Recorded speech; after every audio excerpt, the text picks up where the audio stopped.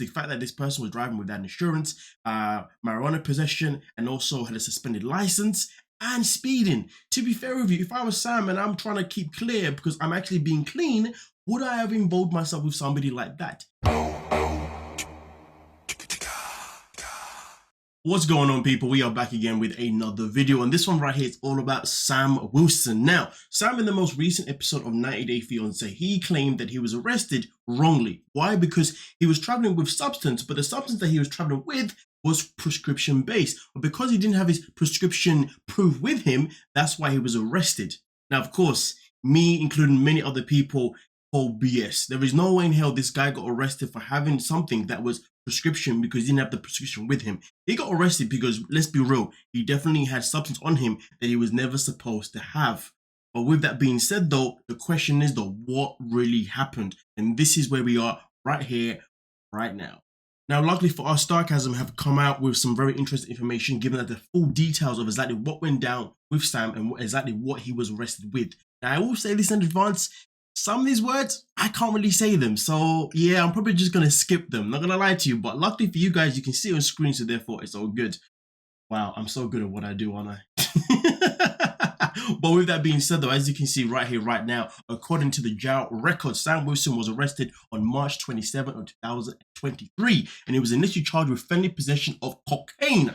Okay, felony possession of and misdemeanor possession of a drug called paraphilia, I'm pretty sure. Anyway, with that being said, though, at the same time, Sam was then posted with 2.5K bond and was released from jail March 28th of 2023. Now, also at the same time, though, it does go on to say a little bit more about how a court docket entry on June 13th indicates Sam intended to apply for the diversion program. The felony cocaine possession charge was dismissed on June 14th. Now, of course, he did speak about that on the episode, but well, he ended up missing that, didn't he? Now, but with that being said, though, it does say that court records indicate diversion was granted on October 10th.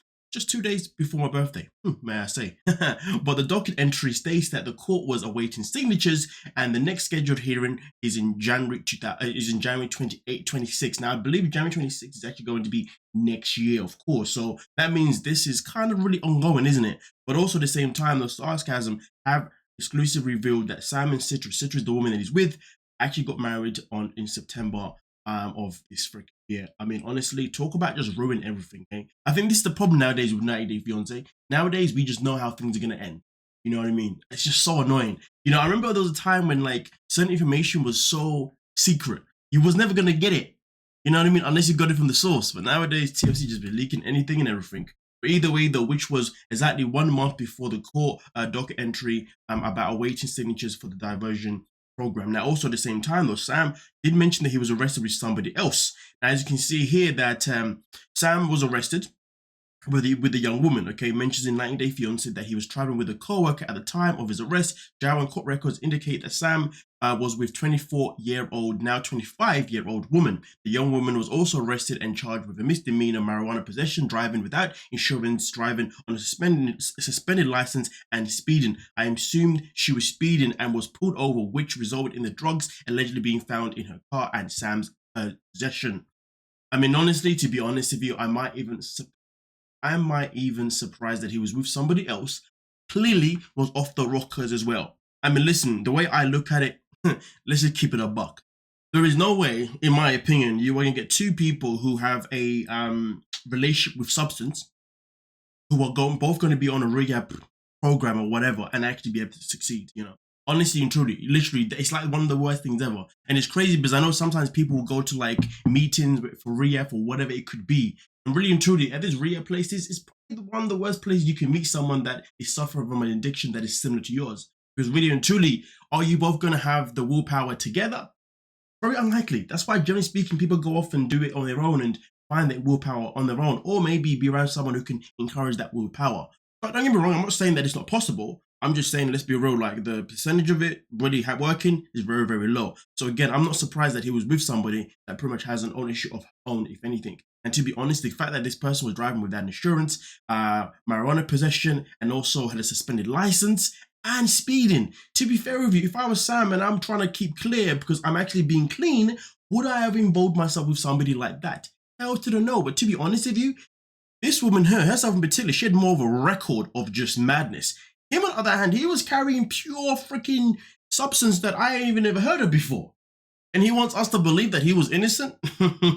But I am very disappointed that him and Sister do still go on to get married. But to be fair, though, I will say this though: I'm very curious of what actually convinces her to still marry this man. And I guess that's something that we are going to find out throughout the season, because even though we know that they end up getting married, I think it's also very key to also still find out how it happened, what lies were told, okay, what deception was involved. Or is it a matter where she just wanted to be in America and she was going to do whatever it took to be married to him? That's also the question, isn't it? But let's not forget though, Citra's family are very heavy, well, her father is very heavy on him converting to Islam. So to be real with you, like at the same time, if her father is really that strict, I don't know why she would allow her daughter or allow his daughter to actually marry somebody who's like this. And we've already seen Sam really complain about how he won't be able to drink once he converts, which we know he will, and which we know he probably will relapse. I mean, I'm not trying to be negative, but if we're looking at the proof in the pudding, this guy literally relapsed earlier this freaking year. And also on top of that, we're still waiting for another date, another court date as well, which is happening in the new year. To be honest with you, if I was Citra, man, if I was that desperate for a green card, damn, man, I would have changed my mind real quick.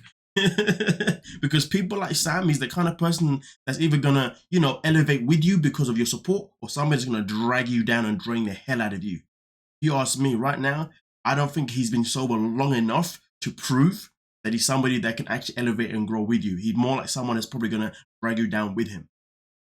But hey, let me know what you're thinking down below and we can talk about it. Don't forget to like, subscribe, and of course,